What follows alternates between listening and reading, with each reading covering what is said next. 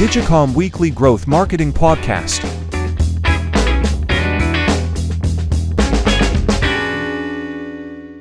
Hey everyone, thanks for jumping on DigiCom's Growth Marketing Podcast. This week we are speaking with Laura Maurer. Laura and I have done a lot of business together, and Laura predominantly focuses on, brand marketing, content production. Currently, she is a digital marketing consultant. She has incredible ability to develop all different types of content, SMS, email strategies for brand.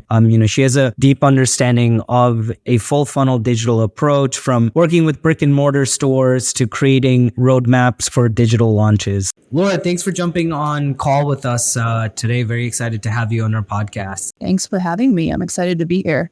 So just gonna jump right into it. Could you tell us and our listeners a little bit more about your background and what got you into digital? Yeah, it's kind of an interesting story. I graduated in 2009 in the middle of the financial crisis with an art history degree. So I did not have a ton of prospects at the time. So I ended up working in an art gallery in New York for a couple months, made some commitments, and I knew I wanted to live abroad. And I knew that if I stayed in New York and got settled, I would do that. So I decided to move to Argentina, where I lived for a year, and I ended up getting into marketing. I met someone who had gone to my school years before me, and he hired me to support with marketing his business. Instagram had just come out. Facebook advertising was not a thing. So it was really like content marketing. And that's how I kind of fell into marketing. I came back to the States at the end of 2010, I believe, or the beginning of 2011, and started work for in-house for a multi-brand retailer. It was a very, small, it was one of the companies that looks much bigger from the outside than it is. So sort of overseeing all of their marketing initiatives. So social, email, PR, events, all of that. This was before influencers were really a thing. So not just doing little bits of influencer here and there without really knowing it was influencer. And then when I was 26, I left that company, and I've been working as a consultant ever since.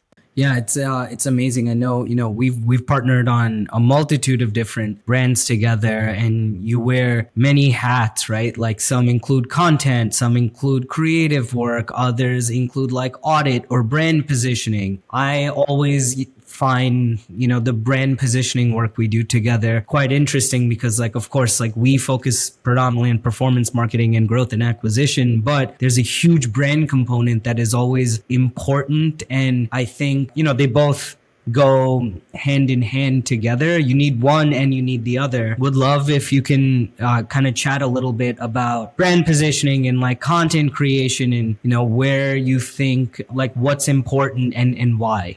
Yeah, I think, you mentioned that we've worked together on a lot of projects, and that, what we do is fairly different, but I think we work so well together because you really do need both sides of the equation to have a really successful campaign or brand. So, when you and I are working together on a launch strategy for an e-com brand, for example, what I think you and I both really understand is that there aren't any elements of digital that live in a silo. It's all very interconnected. So if you have a great social campaign, but it's not driving people to the website, or it's not getting people to sign up for the mailing list, and it's not, clearly driving sales, it's really not very valuable. And same thing with paid marketing. If you are spending a lot on paid marketing, but you don't have the organic and brand content to support it and back it up and keep people engaged over a long period of time, that's not optimal either. So I think when you're launching a brand, it's so important to think about how are all of these elements interconnected, and if there are elements of our marketing that we can't put into place right now, but we know we want to in the future, how do we set ourselves up so that that's going to be as easy as possible without throwing things off? So yeah, I think, does that answer your question? I just think it's so interconnected. Nothing works on its own. And for a brand to be really, really strong, there are a lot of elements there. Yeah, and I think I watched a video on this. I think maybe even last night. It was basically this gentleman. He was talking about the importance of building brand and awareness, and he used the example of Hyatt and Nike. And he basically said, "Hey, if you have Nike wanting to build a hotel, most consumers would know that look and feel and aesthetic and what that hotel will be about, but." If you have a company like Hyatt that goes, "Hey, I want to make shoes," well, nobody knows what that means, right? It's Hyatt's known for its logo over its actual like brand look, feel, and just, the consumer understanding of what this brand is about. Yeah, that's really interesting. And I think that like there are some hotel chains that I think could do that. Like if like Aman or, some of these like boutique smaller hotel chains, like The Graduate is another one. That have a very distinct aesthetic and brand, they could probably launch a clothing line or a shoe line and it would make sense. But that's one challenge, I think, for a really large company like Hyatt. Like, who actually are you? Because you're trying to be so many things to so many people. Yeah. And I think that's like, some of the brand positioning work that we've done together, right? Where it's like this person should feel X, or there should be a specific aesthetic associated with that brand. And I think what's cool is as we're working on certain partnerships and running media, we might be like, "Hey, these are 10 benefits of work, like using this brand's product or service, but like these are the top 3 that matter." And from a positioning standpoint, then you can also lead in with that and vice versa. So it's always like this push and pull between brand and performance, which I think recently, has been coming more together, because you're right, teams are siloed, but you can't think about everything in a siloed manner. Right. Because if I, say that I'm the target audience for a product and you serve an ad to me and the targeting is spot on, but I don't really know what the product or the brand is, and I don't have some of that other supporting information to make me say like, "Oh yeah, this is a company I want to purchase from and support," then like your ad dollars aren't as effective because you haven't really spoken. You've targeted the person, but you haven't really spoken to them. Yeah, it's very interesting how it's all connected. What's one of your favorite brands and why? So I have 2. So one is Everlane, and I love Everlane, not because I think their social is incredible, but I think just from I like the clothes they make, and they make it very easy for me to buy them. So the way that their online and brick and mortar presence is very intertwined. It's as a customer, it's super easy to go in and buy things, and they show you things that you will like, right? So that's one for me. Another one I really like is BarkBox. I've kind of always said that the only way I would take a full-time role again is if it was with BarkBox, because I think their social media is so weird and irreverent and fun, and it's clear that they're not trying too hard. I don't know who their social media person is, but I want to be friends with them. It's just, and I'm a dog owner, so I'm their target audience for sure, but I just think what they're doing is really weird and interesting, and I get a big kick out of it, and I have a really positive association with the brand because of it. Yeah, I worked with BarkBox and, worked on some media campaigns for them a few years ago. And I know when Rob Schutz was at BarkBox, he's now a co-founder at Roman, but was at BarkBox, and we were doing content campaigns. Everything was always fun and it was always lighthearted. And, every now and then there's all of these promotions, like a Halloween promotion where it's a specific Halloween based toy that they created for pets. And, it's, their campaigns are always incredibly fun and just great to see what's going on in their world. Yeah, so those are probably my 2 off the top of my head that I really like for very different reasons. Yeah, amazing. So you've worked with, a ton of different brands. What advice can you give startups to, grow? Where do you think it's important for founders and, employees 1 through 5 to focus their time? So I think it really depends on what the business is. But I think for anything that is B2C, I think that content and email are huge. But I think like what you and I have worked on with a number of clients together is like leveraging paid as a lead generator to get people on your mailing list so that you can speak directly to them. And I think I like email so much because, it's not like the sexiest of the platforms, but I think it's the one that performs the best. It's the one that I've seen that I work on that performs the best year over year. I like that it's not subject to the whims of an algorithm or price changes. And, if you build this list and you send an email to people, they will see it. And that's not the case with social. You're really at the mercy of whatever the algorithm is that day or week. So those would be my recommendations, like building that list before you launch and then having a really solid base of people who are excited to hear about your brand from the moment it's live. Yeah, I agree, and I echo that. Just because, when we're building these growth programs, right? Like we focus on paid. So say paid is the driver of all the traffic to your site, and there's offline non-paid channels that aren't working. Well, that's going to impact your MER, your total business ROAS, what like your business break-even points are, right? And building out email programs and building out a content strategy so you have better SEO to get folks to site. Like, is there an investment there? Yes, but is the the larger your list gets or the more pages you get indexed on certain keywords, right?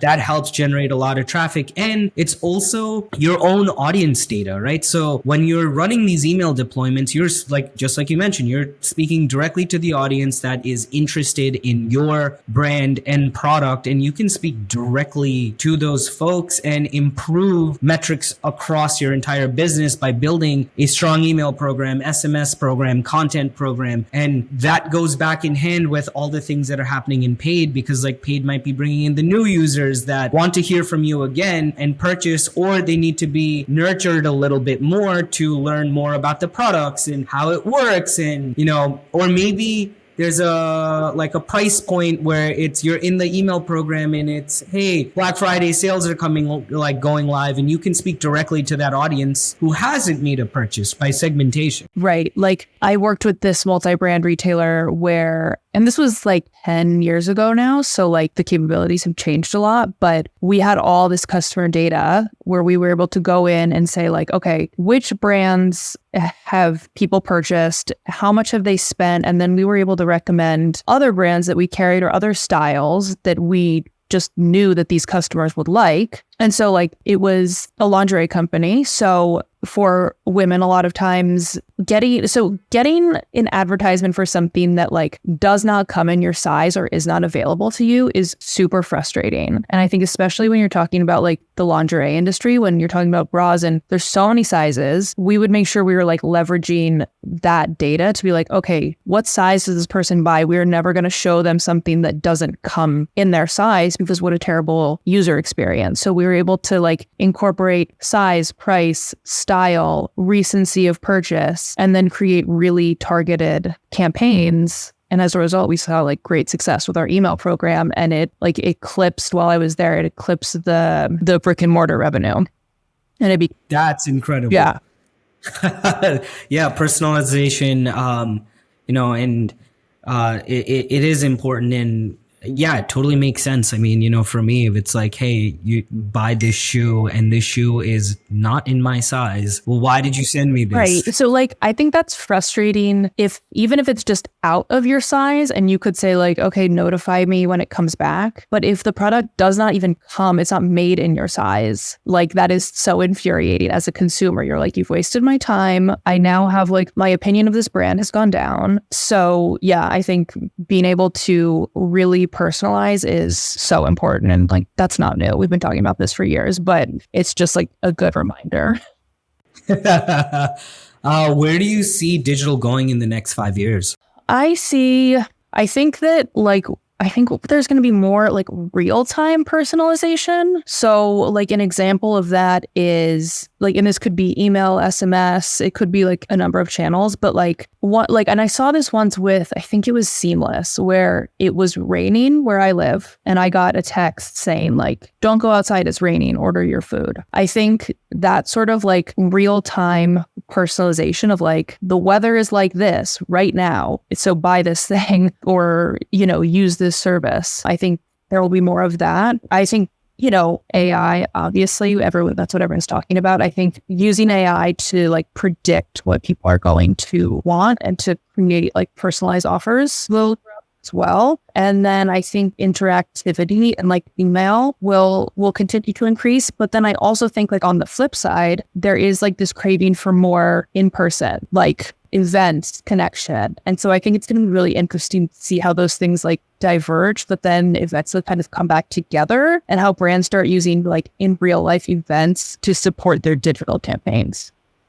Yeah, and I think very much like, this year as we've come, more out of COVID than we have since, the last couple of years, 3 years, people are longing to have more interaction and, going to the store is an event because a lot of people are working from home and you want to get out and like touch the fabric, try sizes on and understand like if the fit is good. Plus, like you had mentioned, right? It's an event. Like you go to the mall, you go check things out, and that is definitely more important. I've seen like some technologies come out in the last couple of years where your Bluetooth is being like tracked somehow, and like you're getting personalized messages walking through malls, which is cool. And maybe it's like a little intrusive, but for me it's cool because I'm like, oh, you know what, I do want this. But for other folks, right, it's might be a little intrusive.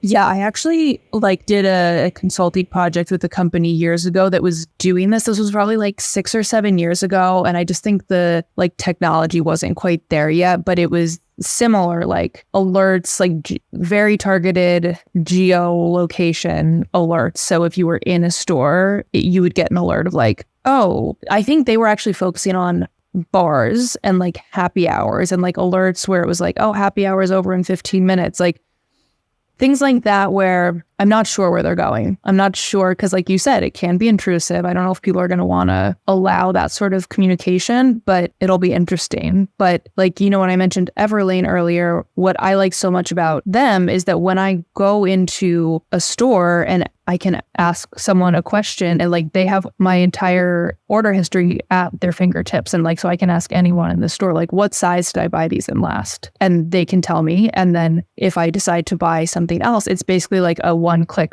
process because my card's on file. It's so easy. So I think that sort of integration of digital and brick and mortar is going to just continue.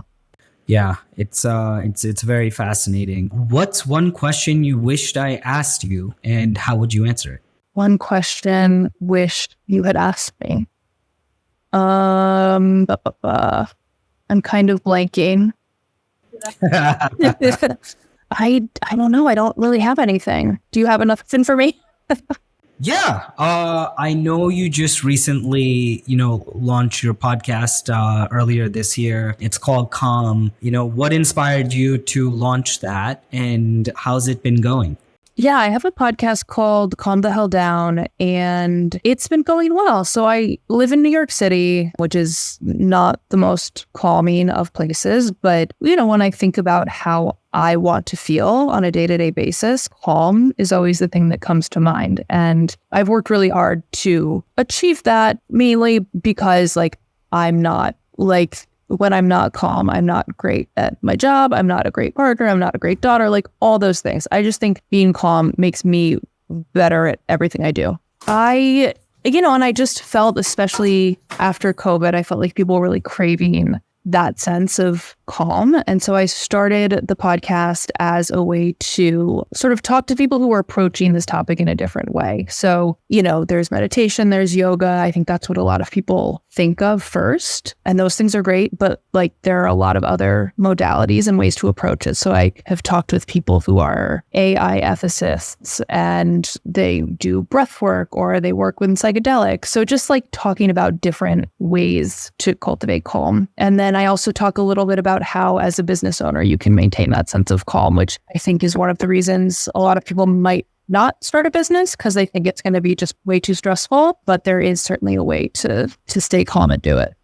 Yeah, I definitely, I agree. I think being a business owner and scaling a business is challenging. It can be lonely. There's a lot of things that can happen in a short amount of time, or there are things you're waiting on that take too long. And that is, I think, important. So, for our listeners, check out Laura's podcast, Calm the Hell Down. Laura, where else can our listeners find you?